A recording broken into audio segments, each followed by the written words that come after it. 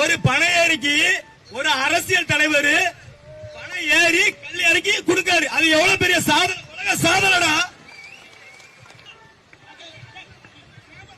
தமிழக அரசியல் வரலாற்றில் ஒரு மைல்கல். கல் எங்கள் உரிமை, கல் எங்கள் உணவு என்ற உன்னத முழக்கத்துடன் நாம் தமிழ் கட்சியின் தலைமை ஒருங்கிணைப்பாளர் எங்கள் உயிர் அண்ணன் செந்தமிழ் சீமான் அவர்கள்